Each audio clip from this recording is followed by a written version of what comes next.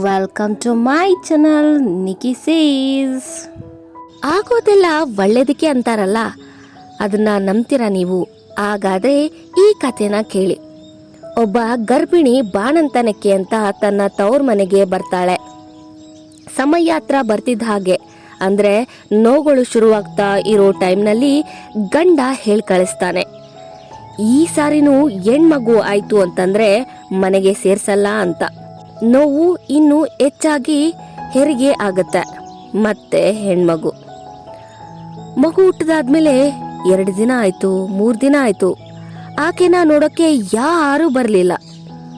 1 ತಿಂಗಳಾದ್ಮೇಲೆ ಗಂಡ ಹೇಳಿ ಕಳಿಸ್ತಾನೆ, ಈ ಮಗುಗೆ ಏನಾದ್ರೆ ವ್ಯವಸ್ಥೆ ಮಾಡಿ ಇನ್ನು ಇರೋ 2 ಹೆಣ್ಮಕ್ಳ ಜೊತೆ ಆ ಮನೆಯಲ್ಲಿ ಇರ್ಬೋದು ಅಂತ. ನವೆಂಬರ್ ಡಿಸೆಂಬರ್ ತಿಂಗಳು, ತುಂಬಾ ಚಳಿ ಅಂದ್ರೆ ಚಳಿ. ಸಂಜೆ ಆದ್ಮೇಲೆ ಮನೆಯಿಂದ ಹೊರಗೆ ಬರೋಕ್ಕಾಗಲ್ಲ, ಅಷ್ಟು ಚಳಿ. ಆ ಸಂಜೆ ಟೈಮ್ನಲ್ಲಿ ಆಕೆ ಈ ಎಳೆ ಕೂಸನ್ನ ತಗೊಂಡು ಗಂಡನ ಮನೆಗೆ ಹೋಗ್ತಾಳೆ. ಗಂಡ ಆ ಎಳೆ ಕೂಸಿಗೆ ನೋ ಎಂಟ್ರಿ ಅಂತಾನೆ. ತಾನೆತ್ತ ಕೂಸು ಏನ್ ಮಾಡಕ್ಕಾಗತ್ತೆ? ರಾತ್ರಿ ಚಳಿಯಲ್ಲಿ ಮನೆ ಹೊರಗಡೆ ಮನೆ ಅಂಗಳದಲ್ಲಿ ಬಟ್ಟೆ ಹಾಕ್ತೆ ಮಗುನ ಬಿಟ್ಟು ಬಂದು ಕೂರ್ತಾಳೆ. ಮನೆ ಮುಂದೆ ವರಂಡಾದಲ್ಲಿ ಕೂರ್ತಾಳೆ. ನನ್ನ ಮಗು ಆ ಚಳಿಯಲ್ಲಿ ಯಾವಾಗ ಸಾಯುತ್ತೆ ಅಂತ ಕಾಯ್ತಾ ಕೂರ್ತಾಳೆ.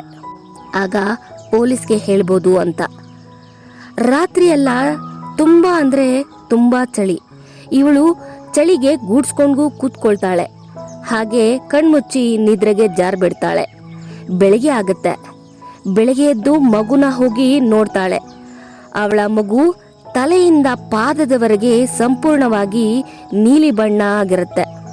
ಆದ್ರೆ ಆ ಪುಟ್ಟ ಕಂದಮ್ಮ ಇನ್ನೂ ಜೀವಂತವಾಗಿದ್ಲು. ಆ ದಿನ, ಆವತ್ತು, ಆ ಕ್ಷಣದಲ್ಲಿ ಆಕೆ ನಿರ್ಧಾರ ಮಾಡಿದ್ಲು, ನನ್ನ ಮಗಳು ಇಡೀ ರಾತ್ರಿ ಈ ಸಾವಿನ ಜೊತೆ ಹೋರಾಟ ಮಾಡಿ ಗೆಲ್ಲೋಕ್ಕೆ ಸಾಧ್ಯ ಆಗತ್ತೆ ಅಂತಂದ್ರೆ ನಾನು ನನ್ನ ಗಂಡನ ಜೊತೆ ಜಗಳ ಮಾಡಿ ಗೆಲ್ಲೋಕ್ಕೆ ಸಾಧ್ಯವಿಲ್ವಾ ಅಂತ. ಈಗ ಅದೇ ಮಗು ಡಾಕ್ಟರ್ ಆಗಿ ಎಷ್ಟೋ ಜನರ ಜೀವ ಉಳಿಸ್ತಾ ಇದ್ದಾಳೆ. ಇವಾಗ ಮೊದಲನೇ ಹೆಣ್ಮಗು ಟೀಚರ್, 2ನೇ ಮಗು ಲಾಯರ್, 3ನೇ ಮಗು ಡಾಕ್ಟರ್.